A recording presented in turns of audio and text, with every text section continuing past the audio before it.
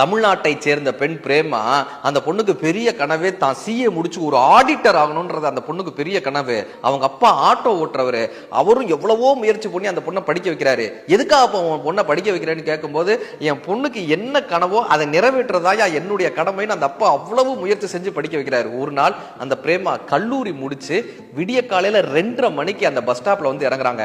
Auto ஆட்டோன்னு எல்லாரும் கூடி வரும்போது இந்த குரலை எங்கேயோ கேட்டிருக்கோமேன்னு உன்னிப்பா பார்த்தா அது அவங்க அப்பா. அப்பா கிட்ட ஓடி போய் நிக்கிறாங்க. அப்பா 2:30 மணிக்கு அப்பா நீ முடிச்சுட்டு வந்து ஆட்டோ ஓட்டுவ, ஏன்பா இவ்வளவு கஷ்டப்படுறான்னு கேட்கிறப்ப அந்த அப்பா சொல்றாரு, உனக்கு காலேஜ் ஃபீஸ் கட்டுறதுக்கு என்கிட்ட காசு இருக்குமா, ஆனா அந்த பெரிய பெரிய புக்கெல்லாம் வாங்குறீங்கல்ல அதை வாங்குறதுக்கு அப்பா கிட்ட காசு இல்ல.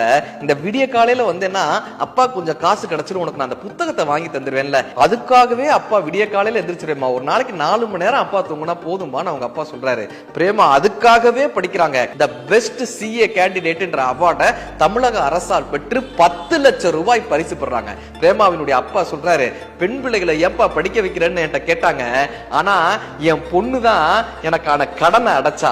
பொண்ணு பிறந்தப்ப சீதனம் செய்யணுப்பா, சேர்த்து வச்சிருக்கியான்னு எல்லாரும் கேட்டாங்க. நீ ஏன் வறுமையில இருக்கிய, பெண் குழந்தை எப்படி வளர்க்க போறேன்னு கேட்டாங்க. ஆனா என் பொண்ணுதான் என் கடன் அடைச்சு எனக்கு இப்ப 2 ஆட்டோ வாங்கி கொடுத்திருக்கான்னு அவங்க அப்பா சொன்னாருங்க. மகள்களை சாதிக்க வைக்க நினைக்கும் தந்தைகள் தெய்வங்கள், தந்தைக்காக சாதிக்கும் மகள்கள் தேவதைகள்.